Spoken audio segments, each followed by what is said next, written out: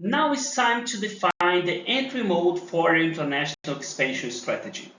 The entry mode determines how your company will establish itself in the foreign market, how it will produce and deliver its services, and the level of involvement with local partners.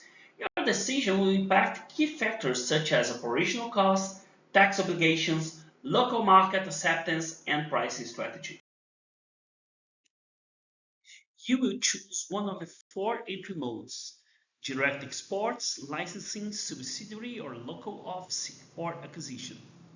So the direct export is the case when the company uses your infrastructure and the team remain in the country of origin or in the red quarters while selling its e-commerce platform services to digital producers in the destination country. So basically here you're going to keep your operation but focus in a specific country to export the services. So in this case, you link your digital producers to affiliates and also buyers worldwide, especially in the country that you are focusing. So we know that the advantages are low cost and low risk, and the disadvantage is that you have limited opportunities to adapt the content. Also, you have more export fees that you pay in the destination country, and in generally speaking, we can say that you have a lower level of market penetration. The restrictions, you can only use this approach for countries where English, Portuguese, or Spanish is spoken. The reason why is that you only can sell in the exports the info products that you already have in your platform. The second alternative is called licensing, like the case they use in Japan, where they have licensing with a local partner with local partnership with digital marketing agencies. And in this case, the company grants rights to a strategic partner, and this partner there in the country uses trademarks, market strategies, and also all the support services. And in exchange, they receive 60% of their annual license fee on the partner content.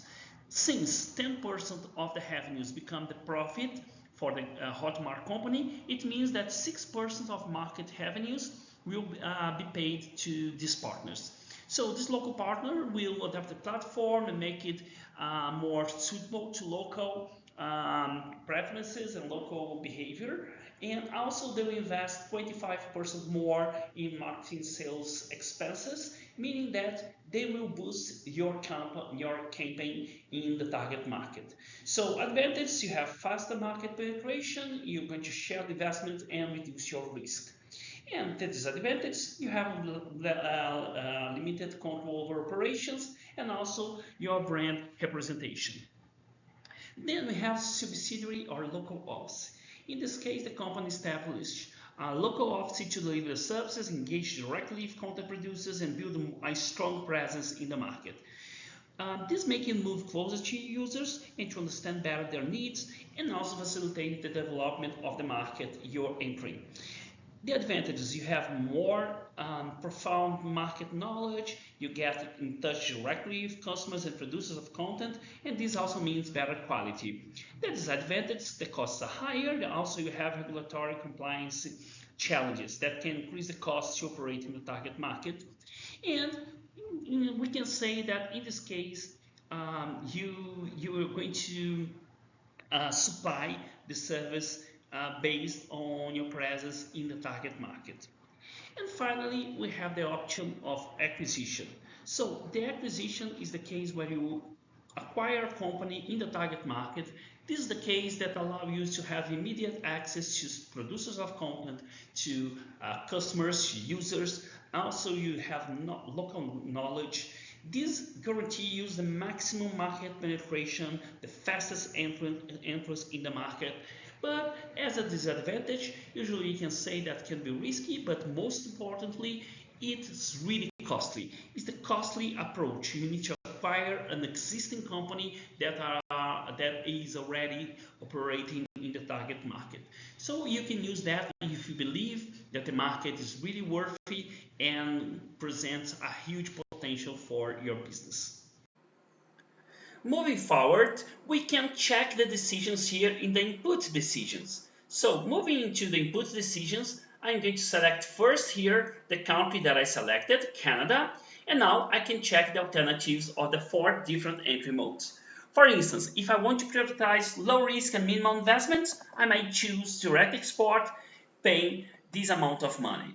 If I choose strategic alliance to have more local engagement and to have a partner in my approach, this will be the cost. And remember that I will have some advantage in terms of market penetration, and also I'm going to share my risk. In the case of subsidiary, this is costly as you see, but this will provide you full market control and direct engagement, but for sure represent a higher level of risk. But if you want to really be bold and bold in your strategy, then you can use acquisition. This will provide you a hard market penetration and have, but only as you can see, the cost is really expensive. And to use this approach, you may expect to have a huge demand in the target market. In my case, I know that the Canada market is not that big, but we speak the same language and they speak English. They are close to US. So what I'm going to try to do is to use a low risk entry mode, assuming that we don't have a lot of cultural differences. And this means that direct export will be my choice.